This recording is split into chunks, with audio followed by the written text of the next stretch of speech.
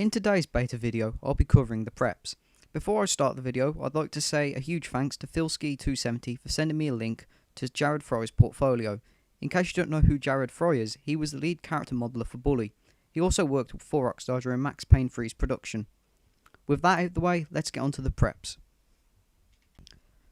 The original preps uniform was a dark blue patternless aquaberry vest or aquaberry sweater, as opposed to the diamond pattern sweater we see in the final game. That's actually the most noticeable change about the preps beta appearance. So now I'm going to be analysing the individual characters. We'll start off with Pinky first. Pinky's main appearance is pretty much identical to her final design, the only difference being is her aquaberry vest is actually patternless, like the other preps. Pinky also had a beta appearance where she was in her underwear. It should come as no surprise to anybody watching this why this was removed. If this appearance was kept in the final game, Rockstar Games would be in some serious The scandal could actually have been bigger than the hot coffee scandal from 2004. In the game's files, for both the PS2 and Scholarship versions, there's actually a model for Pinky which is never used in-game at all.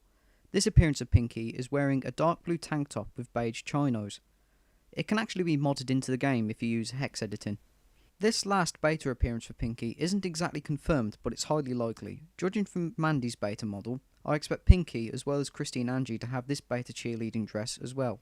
However, no pictures exist of Pinky wearing this, so it doesn't confirm anything. I'm going to be covering both Gord and Tad at the same time, since both their beta appearances are really similar. In this version, both Gord and Tad are wearing aquaberry sweaters, as opposed to vests that they wear in the final game. They also appear to be wearing a black and yellow tie, which they do not wear at all in the final game. Gord's second beta appearance was another aquaberry sweater, which is quite similar to the one Jimmy can buy in the final game. Gord also has a beta appearance too, like Pinky. This design shows a rather weird aquaberry sweater, with his usual black trousers. The sweater design seems to be checkered, with the dark blue being at the top of his left arm, and then dark blue again being seen at the left side of his stomach. Unlike Pinky, this model can actually not be modded into the game without a model swap. Tad actually had a beta name. On the official Rockstar Games Bully Facebook, no, not the Facebook where people set up pages to like stuff, but this is a promo thing Rockstar actually still have on their site. Anyway, on that, Tad's name isn't Tad Spencer, but it's Tad Smith, Althrop Smith. I don't know if I pronounced that right, but yeah, that's his beta name. Like Gord, Tad also has a beta appearance. Tad is also wearing another aquaberry type polo sweater with dark beige shorts. The design of Tad's shirt is more like the beta uniform with just a light blue line circling his stomach. And like Gord's, it cannot be modded into the main game without a model swap. Chad originally wore a long sleeve shirt underneath his aquaberry vest. His earring appears to be a bit more visible here than it does in the final game. The tie Chad is wearing appears to be a bit more yellow than Gord and Tad's ties. There's not really much to talk about since, aside from that, his design didn't really change much at all. Biff Taylor's face looks a bit more chubbier than it does in the final game. At least it does to me anyway. Biff also looks like he's wearing some kind of tracksuit, as his trousers, or pants if you're an American, match the same colour tone as his aquaberry vest. It might not be a tracksuit, but it just looks like one to me. And also, unlike the other preps, Biff is not wearing any tie.